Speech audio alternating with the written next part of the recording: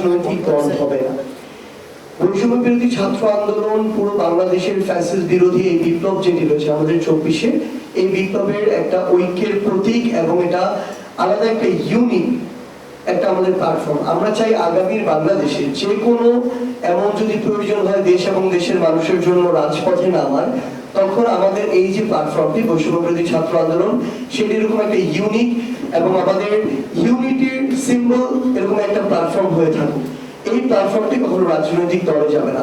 আরেকটি কথা ছিল আমাদের যে জাতীয় রাজনৈতিক আমাদের জাতীয় নাগরিক কমিটি, আমাদের জায়গা থেকে যেটি বলা হয়েছিল এটি একটি রাজনৈতিক শক্তি কিন্তু রাজনৈতিক দল হবে না। এখান থেকে জাতীয় নাগরিক কমিটি থেকে হতে পারে, বৈষম্য বিরোধী ছাত্র আন্দোলন থেকে হতে পারে, দুই জায়গা থেকে যারা আগামীর বাংলাদেশের তরুণ প্রজন্মের নেতৃত্বের জায়গাটিতে যেতে চায় এবং আমরা বিশ্বাস করি অবশ্যই এই অভ্যুত্থানের ডিমান্ড হচ্ছে তাদের সেখানে যাওয়া উচিত, তারা নতুন কোন রাজনৈতিক দল যেটি আসছে এক বা একাধিক সেখানে তারা যুক্ত হতে পারে। কিন্তু এই দুইটি প্ল্যাটফর্মের নামে আগামীতে কোনো রাজনৈতিক দল হবে না। যে রাজনৈতিক দল এক বা একাধিক আগামীর বাংলাদেশে আমরা প্রত্যাশা করছি আমরা দেখবো, সেটি অবশ্যই অন্য কোনো নামে হবে, এই বিষয়টি বলা হয়েছে।